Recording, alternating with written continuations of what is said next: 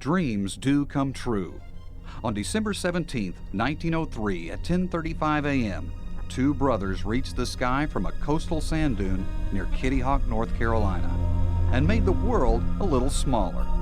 Orville and Wilbur Wright had successfully realized one of mankind's earliest dreams. They flew. By proving that people could fly, history was made. Orville and Wilbur had the courage to think outside the lines and to imagine the future. On June 18, 1971, aviation history was made once again when a dream came true for two visionaries, Herb Kelleher and Rollin King. They also had the courage to think outside the lines.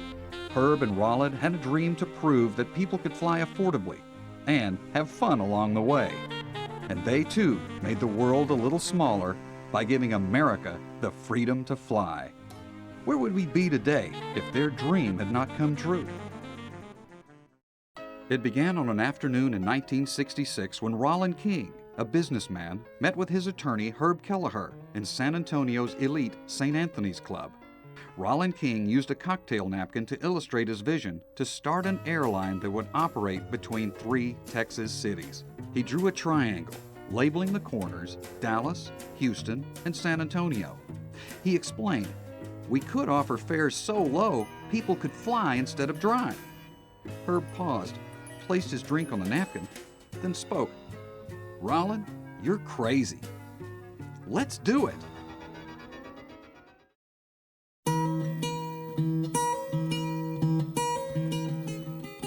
Their dream was revolutionary, to actually make it more affordable to fly than to drive. There was no better place to plant the seeds of a revolution than above the endless stretches of Texas highways. The company was incorporated as Air Southwest on March 15, 1967.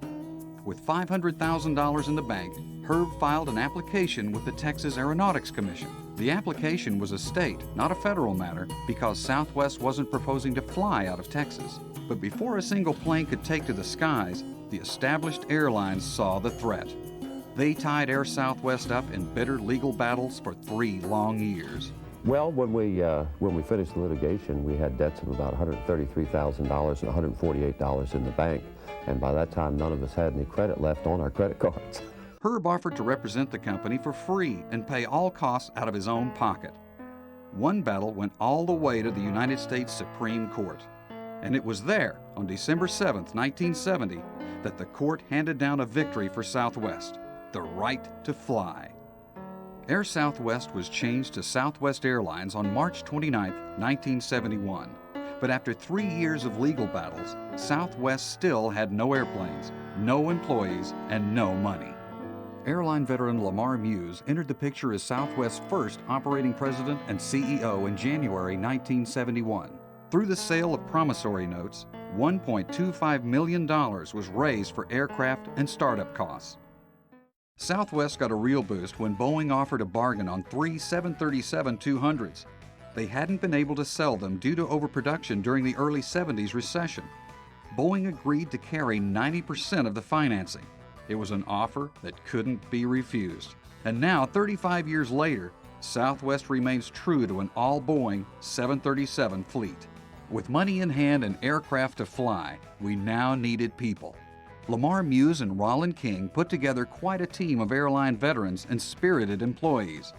Jack Vidal, engineering and maintenance manager from Braniff. Donald Ogden, a retired American Airlines pilot and former flight operations executive. And Bill Franklin, a senior manager at Trans Texas for 22 years.